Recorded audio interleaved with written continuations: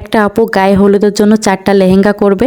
তো আপু আমাকে একটা টুকরোর কাপড়ের ছবি দিছিল, সেটা হচ্ছে বেগুনি কালার টাইপের ছিল। তো আপু বলছিল, আপু এই কাপড়টা, এই কালারটা হচ্ছে যে কোনো একটাই দিলেই হবে, উপরের পাট হোক নিচের পাট হোক।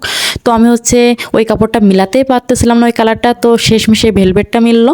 তো আমি হচ্ছে উপরের পাটের জন্য ওই ভেলভেটটাই সিলেক্ট করলাম। আর আপুকে বললাম, আপু নিচে তাহলে হচ্ছে কি কাপড় দিবেন?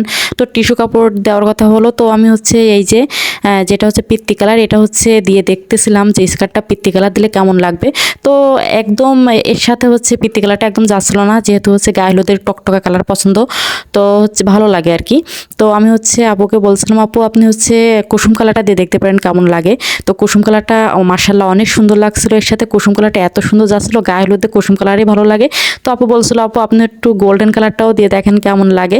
তো আমি বলছিলাম, আপু গোল্ডেন কালার একদমই ভালো লাগবে না, গোল্ডেনটা একদম হচ্ছে সিম্পল মতো মনে হচ্ছে, একদম হাসা কালার লাগতেছে, গায়ে হলুদে একদম ভালো লাগবে না।